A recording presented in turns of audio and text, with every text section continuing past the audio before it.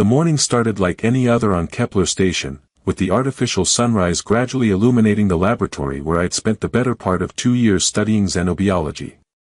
Coffee in hand, I was reviewing genetic compatibility matrices when Zara Lynn burst through the lab doors with an urgency that immediately set my nerves on edge. "David," she said, her voice carrying harmonics that I'd learned indicated intense emotion, "we need to talk. Now." Dr. David Hayes looked up from his data screens, taking in the sight of his research partner with growing concern. Zara Lynn was stunning even by Narrated standards, her translucent blue-tinted skin seeming to glow with its own inner light, and the delicate gill slits along her elegant neck fluttering with her rapid breathing. But it was her eyes that caught his attention. They were blazing gold, a color he'd never seen in the 6 months they'd been working together. "Zara, what's wrong?" "Your chromatic response is off the charts," I said, setting down my coffee and moving toward her. "Are you feeling ill? Should I call medical?" She shook her head, causing the bioluminescent patterns in her hair to ripple like captured starlight. "I'm not ill, David. This is difficult to explain in your language. The closest translation would be, blessed by the tide." "Blessed by the what now?" I asked, my xenolinguist training kicking in as I tried to parse the cultural context. "Is that a religious thing? Because you know the station has strict protocols about." "David," she interrupted, placing her hands on my shoulders with a touch that sent warmth through the fabric of my lab coat, "I'm pregnant." The coffee mug slipped from my fingers, shattering against the floor in an explosion of ceramic and caffeine that seemed to echo in the sudden silence. I stared at her, my brain struggling to process what she just said while my heart decided to relocate itself somewhere in the vicinity of my throat. That's impossible," I stammered. "The biological compatibility studies showed theoretical potential, but the probability matrices indicated less than a 0.001% chance of successful conception between our species." Zara Lynn's eyes shifted to a warm silver that I recognized as her equivalent of gentle amusement. "Your human science is very precise, David, but life has a way of exceeding expectations. Particularly when two souls are meant to find each other." 6 months ago, when Zara Lynn had arrived as part of the Narrated Scientific Exchange Program, I'd been prepared for the usual challenges of interspecies collaboration, communication barriers, cultural misunderstandings, maybe some awkwardness around different dietary requirements. What I hadn't been prepared for was how quickly our professional relationship would evolve into something deeper. It had started innocently enough. Late nights in the lab, comparing notes on genetic adaptation patterns, sharing stories about our respective homeworlds over meals that accommodated both our physiologies. Zara Lynn was brilliant, with an intuitive understanding of biological systems that complemented my more methodical approach perfectly. But somewhere between analyzing protein sequences and debating evolutionary theory, I'd found myself falling for her quick wit, her infectious curiosity, and the way her eyes changed color when she was excited about a new discovery. The night 3 weeks ago when everything changed had been like any other, until it wasn't. We'd been working on a particularly complex genetic puzzle when she'd looked up from her microscope with eyes blazing the bright blue of scientific breakthrough, and before I knew it, she was in my arms and I was discovering that Narrated skin was even softer than it looked. "This is going to cause problems," I said finally, sinking into my desk chair as the implications began to cascade through my mind. "The fraternization protocols alone are going to get us both transferred off the station. And if this gets back to Earth Command..." "David," Zara Lynn said gently, moving to kneel beside my chair, "look at me." I met her gaze and found myself caught by the depth of emotion swirling in those golden orbs. There was joy there, pure and radiant, along with something that might have been wonder. "In my culture," she continued, "conception is a rare and precious gift. For it to happen between two different species. David, this hasn't occurred in over 1,000 years of Narrated history. Our children will be the bridge between our peoples, living proof that evolution doesn't end with the boundaries of a single world." "Our children?" I repeated weakly. "As in plural?" Her laugh was like silver bells in water. "Narradans typically carry twins, though with a hybrid pregnancy, there's no way to predict what might happen. The medical implications alone will revolutionize xenobiology. I stared at her, this amazing woman who had just turned my entire world upside down with 6 words, and felt something shift inside my chest. The panic was still there, along with a healthy dose of terror about the future, but underneath it all was a growing sense of wonder that matched what I saw in her eyes. "So," I said finally, "I guess this means we're going to need to have a very awkward conversation with Dr. Santos." "And Admiral Corthul," Zaralyn added with a slight grimace that made her gill slits flutter. "My father is going to have some very strong opinions about this development." "Your father is an admiral?" I asked, feeling the last of my composure slip away. "Zara, you never mentioned that your father was military." "You never asked about my family," she pointed out reasonably. "Besides, you seemed nervous enough about dating an alien without adding daughter of the Narrated fleet commander to the mix." I buried my face in my hands, wondering how my quiet life of research and data analysis had suddenly become a soap opera. "This is going to be complicated." "The best things usually are," Zaralyn replied, her hand finding mine and intertwining our fingers in a gesture that sent warmth flooding through our joined touch. "But David, I need you to understand something. This isn't a mistake or an accident that we need to hide from. This is the most wonderful thing that has ever happened to me." When I looked up at her again, I saw the truth of that statement written in every luminescent pattern on her skin, every shift of color in her remarkable eyes. And despite everything, the protocols, the politics, the sheer impossibility of it all, I felt my own wonder beginning to match hers. Dr. Elena Santos stared at the medical scanner readings with the expression of someone whose entire understanding of biology had just been turned inside out and shaken vigorously. Behind her, the holographic display showed cellular structures that shouldn't exist, genetic patterns that defied classification, and hormone levels that would have been lethal in any known species. "This is impossible," she muttered for the 5th time in 10 minutes, running the scans again. "David, you realize that what you're showing me violates about half the known laws of xenobiology?" "Tell me about it," I replied, watching Zaralyn undergo her examination with the kind of fascination reserved for witnessing miracles. 2 weeks ago, my biggest concern was whether our research proposal would get approved for extended funding.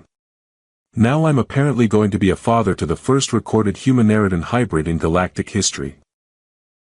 Zaralyn's skin had developed the most extraordinary patterns since we'd confirmed the pregnancy. Iridescent swirls flowed across her arms and shoulders like living art, pulsing in rhythm with what we discovered was the baby's heartbeat. The effect was breathtaking, turning her into something that belonged in a museum dedicated to the beauty of evolutionary possibility. "The fetal development is proceeding at roughly twice the normal human rate," Dr. Santos continued, highlighting sections of the scan. "But it's following Narrated gestation patterns, which means you're looking at a 4-month pregnancy instead of 9. The question is whether David's human genetics will create complications." "What kind of complications?" I asked, trying to ignore the way my stomach dropped at the word. "Unknown," Elena admitted. "We're in completely uncharted territory here. The baby appears to be developing dual respiratory systems, both lungs and functional gills. The neural development suggests enhanced cognitive capacity from both parent species. And the cellular regeneration rates." She paused, shaking her head in amazement. "David, this child is going to heal from injuries faster than either parent species. We might be looking at the next step in human evolution." Zaralyn shifted on the examination table, her movements causing the bioluminescent patterns in her hair to ripple with contentment. "In Narrated prophecy, there are stories of the bridge children, offspring who would connect the peoples of different worlds and lead them to a new age of understanding. I never believed they were literal until now. Prophecy aside," Elena said, "we have practical concerns. Zaralyn's pheromone production has increased exponentially. Have you noticed any unusual plant growth around the station?" I winced. "The hydroponics bay has been enthusiastic lately. We've had to harvest the food gardens twice this week, and the decorative plants in the common areas are blooming out of season." "That's what I was afraid of," Elena replied. Narrated pregnancy pheromones are designed to stimulate marine plant growth to provide optimal nutrition for the developing fetus. In a closed station environment, we're going to need to monitor air filtration carefully, or we'll be overrun with jungle conditions. Could be worse, Zaralyn said with a laugh that sent harmonic vibrations through the medical bay. At least you'll have the freshest air in this sector of space. The humor was interrupted by the communication system crackling to life. Dr. Hayes to Medical Bay 1, priority transmission incoming from Narrated space. I felt the blood drain from my face. That would be Admiral Corthol. My father, Zaralyn confirmed, her eyes shifting to a nervous purple that I'd learned indicated anxiety. I may have sent him a message about recent developments. You told your father? I squeaked. Zara, we agreed to keep this quiet until we figured out the implications. David, I couldn't hide this from him even if I wanted to. Narrated families are psychically linked during pregnancy, he felt the moment of conception. The message was just to explain why his daughter's emotional resonance had suddenly become incomprehensible. Dr. Santos cleared her throat. Perhaps we should take this conversation to the conference room. Something tells me this call is going to require privacy. The holographic projection of Admiral Corthol filled the conference room with an imposing presence that made me understand why Zaralyn had been reluctant to mention her family connections. He was tall even by Narrated standards, his blue-tinted skin marked with the ritual scarification of high military rank, and his eyes blazed with an intensity that could have powered a small fusion reactor. Daughter, he said without preamble, explain to me how you have managed to conceive a child with a species we've had diplomatic contact with for less than 5 years. Hello, father, Zaralyn replied with the kind of calm that suggested years of practice managing difficult family conversations. I'd like you to meet Dr. David Hayes, my research partner and the father of your grandchild. The Admiral's gaze turned to me with the weight of a targeting system acquiring a lock. Dr. Hayes. My daughter tells me you are a competent scientist.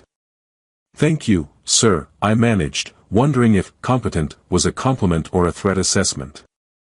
She also tells me that you had no idea conception was possible between your species. That's correct, Admiral. The probability matrices suggested it was theoretically impossible. And yet here we are, Corthol observed, his tone unreadable. Do you understand what this means, human? I glanced at Zaralyn, whose eyes had shifted to encouraging gold. I'm beginning to, sir. This pregnancy represents unprecedented scientific and cultural significance. It represents far more than that, the Admiral said, his scarification seeming to glow with reflected light. In Narrated culture, successful interspecies conception is viewed as evolutionary destiny. You have not simply fathered a child, Dr. Hayes, you have become part of a bloodline that will shape the future of both our peoples. No pressure there, I muttered, earning what might have been an amused glance from Zaralyn. Indeed, Corthol continued. Which is why I will be arriving at Kepler Station within the week to oversee proper cultural protocols for this unprecedented event. My daughter may have chosen to follow her heart, but I will ensure that she and her child receive the protection and honor they deserve. After the transmission ended, I slumped in my chair and stared at the ceiling. A week ago, I was a quiet xenobiologist who occasionally worried about grant funding. Now I'm apparently about to become part of an interstellar dynasty. Zaralyn moved to stand behind my chair, her hands resting gently on my shoulders. David, I know this is overwhelming. But look at what we've created, not just a child, but hope for a future where our species can truly understand each other. Plus, Dr. Santos added with a grin, think of the research opportunities. You're going to be studying the first hybrid human-alien physiology in history. Your dissertation practically writes itself. I looked up at Zaralyn, taking in her radiant expression and the miraculous patterns flowing across her skin. Despite everything, the politics, the pressure, the sheer impossibility of our situation, I felt my own excitement beginning to match hers. So, I said finally, I guess we should start thinking about names. Admiral Corthol's arrival at Kepler Station was like watching a small moon dock with our modest research facility. His flagship, Tidal Grace, was a marvel of Narrated bioarchitecture, its living hull rippling with bioluminescent patterns that seemed to breathe with the ship's own consciousness. I stood at the observation deck watching the docking procedure and wondering if it was too late to fake my own death and assume a new identity on a frontier colony somewhere. "Stop fidgeting," Zara Lynn said beside me, though her own eyes were cycling through nervous purple patterns. "He's going to love you. Your father is a fleet admiral who commands respect across half the known galaxy," I replied, adjusting my dress uniform for the 15th time. "I'm a xenobiologist whose greatest achievement before meeting you was successfully categorizing a new strain of space algae. I don't think love is the word we're looking for here." "David," she said gently, placing her hand over mine, "you're the father of his grandchild. In Narrated culture, that makes you family regardless of species. The fact that you're also a brilliant scientist who makes me laugh doesn't hurt either." The docking bay filled with the sound of Narrated honor guards filing into formation, their ceremonial armor gleaming like captured ocean light. At their head walked Admiral Corthol, and seeing him in person made his holographic presence seem like a pale shadow. He was imposing in a way that made gravity itself seem to bend around him, his scarified features stern but not unkind. "Daughter," he said formally, though I caught the warmth underlying his military bearing. "You look radiant." "Thank you, Father," Zara Lynn replied, performing a flowing gesture that I recognized as a traditional greeting of respect. "May I present Dr. David Hayes?" I stepped forward and attempted my best approximation of the Narrated greeting, trying not to look as terrified as I felt. "Admiral Corthol, it's an honor to meet you, sir." The Admiral studied me for a moment that felt like several geological epochs, then nodded slowly. "Dr. Hayes. You are younger than I expected." "Yes, sir," I replied, "because what else do you say to that? And you had no knowledge of Narrated reproductive customs when you began your relationship with my daughter?" "No, sir.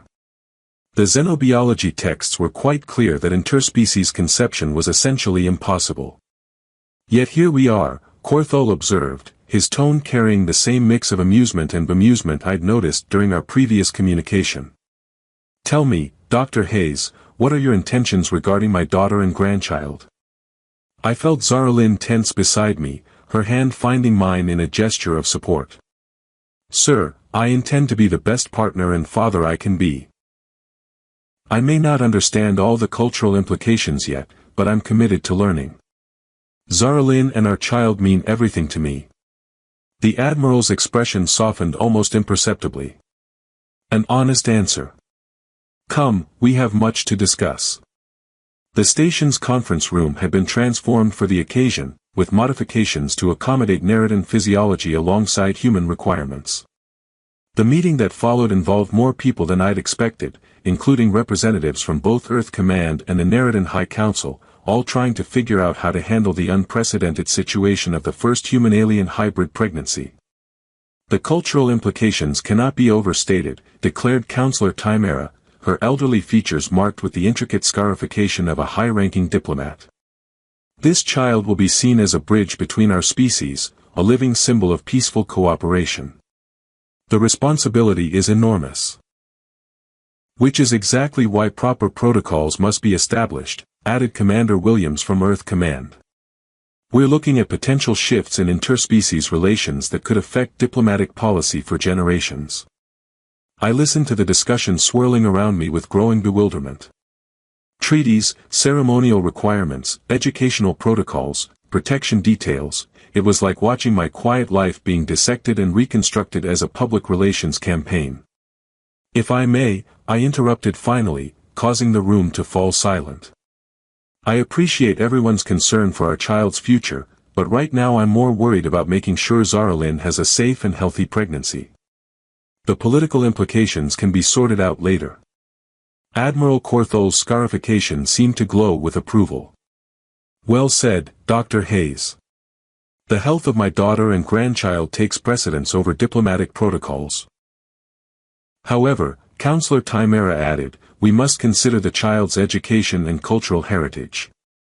They will need to understand both human and Narrated customs if they are to fulfill their destiny as a bridge between our peoples.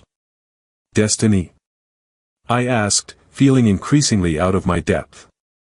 Look, I know this pregnancy is significant, but can we maybe not burden an unborn child with the fate of interstellar relations? Zaralin's laugh sent harmonics through the room that seemed to calm everyone's nerves.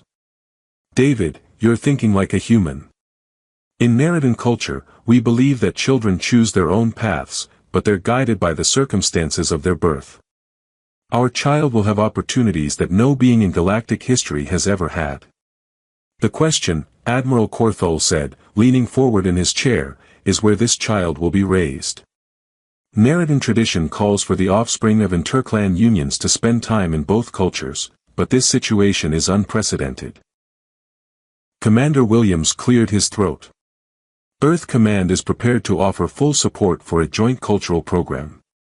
We're actually proposing the establishment of the first human Narrated family research facility, with Dr. Hayes and Zaralin as co-directors. I blinked. Co-directors of what exactly? A new colony world, Counselor Timera explained, her scarification patterns shifting with excitement. A water world suitable for both species, where human and Narrated families can live and work together. Your child would grow up in the first truly integrated interspecies community. This is happening very fast, I said weakly, my head spinning from the implications. A week ago we were hiding our relationship. Now you're talking about establishing a new colony. Sometimes, Admiral Corthol observed, the universe moves faster than our ability to plan for it. The question is whether we have the courage to move with it. Zaralin's hand squeezed mine, and I felt the warm pulse of shared resolve that had become familiar over the past few weeks. David, what do you think? I looked around the room at the assembled representatives of two civilizations, all waiting for my answer to a question I'd never imagined being asked. Then I looked at Zaralin, whose eyes blazed with the golden light of infinite possibility, and felt my own excitement beginning to match the scope of what we were contemplating. I think, I said slowly, our child is going to have the most interesting childhood in galactic history. The Admiral's scarification flared with what I was beginning to recognize as paternal pride. Indeed they will, Dr. Hayes. Indeed they will. The birth of our daughter happened faster than anyone expected, even by Narrated standards. One moment Zaralin was discussing nursery arrangements with Dr. Santos, and the next she was gripping my hand with enough force to leave permanent impressions while her bioluminescent patterns flared in waves of intense silver and gold. The contractions are coming every 30 seconds, Elena announced, her medical scanners painting holographic readings in the air around the specially designed birthing chamber. David, remember what we practiced, you need to be ready to move between air and water environments depending on what the baby needs. I nodded, trying to project confidence while my heart attempted to escape through my throat. The chamber itself was a marvel of hybrid engineering, with sections that could transition seamlessly from air-filled to water-filled depending on the needs of both mother and child. Zaralin floated in the central pool, her gill slits fluttering as she breathed the oxygenated water, while I stood at the pool's edge ready to assist however I could. The baby's coming, Zaralin gasped, her eyes blazing with that peculiar combination of pain and anticipation that seemed to define the entire birthing process. David, I can feel her, she's perfect. Her? I asked, momentarily distracted from my panic. We're having a daughter. Oh yes, Zaralin smiled through another contraction, definitely a daughter.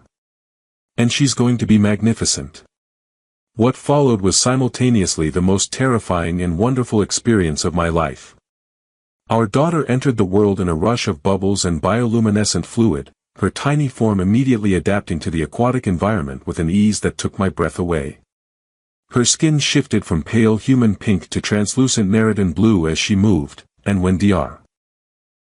Santos lifted her from the water, I watched in amazement as tiny gill slits sealed themselves shut and she took her first breath of air. She's beautiful, I whispered, taking our daughter in my arms and marveling at how perfectly she seemed to fit there. Look at her eyes, they're already changing color. Indeed, our daughter's eyes were cycling through the full spectrum of Narrated emotional responses, from curious blue to content silver to what I was beginning to suspect was delighted gold. Her hair, when dry, revealed itself to be a perfect blend of my brown and Zara Lynn's natural bioluminescence, creating strands that seemed to capture and hold light. "What shall we call her?" Zara Lynn asked, her own eyes soft with exhaustion and joy. We discussed names for weeks, debating the cultural significance of various options from both our species. But looking down at our daughter, watching her tiny fingers grasp at the air while her skin shifted through subtle color changes, only one name seemed right. "Kaya," I said softly. "It means ocean in ancient Narrated, and earth in several human languages. She's the bridge between our worlds." "Kaya Hazlin," Zara Lynn agreed, the traditional Narrated naming pattern rolling off her tongue like music. Perfect. The weeks that followed blurred together in a haze of sleepless nights, feeding schedules that required both milk and specially prepared aquatic nutrients, and the constant wonder of watching our daughter adapt to her unique dual nature. Kaya seemed equally comfortable in air and water, her gill slits opening automatically when submerged and sealing when she was lifted out. Her skin color provided a constant indicator of her mood and environment, shifting to complement whatever conditions she found herself in. "The adaptive capabilities are remarkable," Dr. Santos observed during one of our regular checkups. "Her neural development is proceeding at roughly double the human baseline, and her immune system appears to have incorporated the best elements of both species. Frankly, Kaya may represent the most evolutionarily successful hybrid in recorded biological history." "She's also the most stubborn," I added, watching our 3-month-old daughter determinedly attempt to communicate with the aquatic plants in her specialized nursery.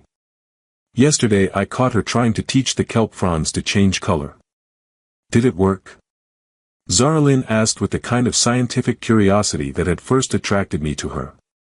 "I'm not entirely sure," I admitted. "But the plants have been looking more vibrant lately." The establishment of New Harmony Colony proceeded with surprising efficiency, aided by the fact that both Earth Command and the Narrated High Council seemed determined to make our family's new home a showcase of interspecies cooperation.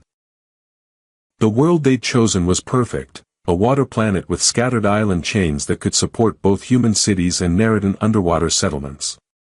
Standing on the observation deck of the colony ship as New Harmony grew larger in the viewport, I reflected on how dramatically my life had changed. 6 months ago, I'd been a quiet researcher whose biggest excitement was discovering a new protein sequence. Now I was co-director of humanity's first integrated interspecies colony, father to the most famous child in known space, and completely, impossibly happy. "Any regrets?" Zara Lynn asked, joining me at the viewport with Kaya sleeping peacefully in her arms. "Just one," I replied, watching our daughter's skin cycle through the soft pastels that indicated deep, contented sleep. "I wish we could have met sooner." "We met exactly when we were supposed to," Zara Lynn said with the kind of certainty that made me believe in fate. "The universe has its own timing for these things." Below us, New Harmony's ocean sparkled with possibilities, its surface broken by the distinctive architecture of human settlements and the elegant spires of Narrated habitat domes. Already, colonists from both species were working together to establish the research facilities, schools, and cultural centers that would make this world a true bridge between civilizations. "Look," I said softly, pointing to where a pod of Narrated youngsters were playing with human children in the shallows near the main settlement. "They're already learning from each other." Kaya stirred in her mother's arms, her eyes opening to reveal the bright gold of curiosity as she gazed down at the world that would be her home. For a moment, her skin flared with bioluminescent patterns that seemed to echo the city lights below, and I could have sworn I saw recognition in her infant features. "She knows," Zara Lynn whispered, her own patterns pulsing with maternal pride. "She understands that this is where she belongs." As our ship descended toward New Harmony's primary spaceport, I felt the weight of responsibility and possibility settling around us like a comfortable blanket. Kaya would grow up in a world where the boundaries between species were suggestions rather than barriers, where human curiosity and Narrated wisdom could combine to create something neither could achieve alone. ready for the next adventure? I asked my family. Zaralin's laugh sent harmonic vibrations through the observation deck that made Kaya gurgle with delight. With you too. Always. The future stretched ahead of us like an unexplored ocean, full of challenges and discoveries we couldn't yet imagine. But whatever came next, we'd face it together, human, Narrated, and the bridge between worlds that we'd created with nothing more than love and the willingness to believe in impossible things.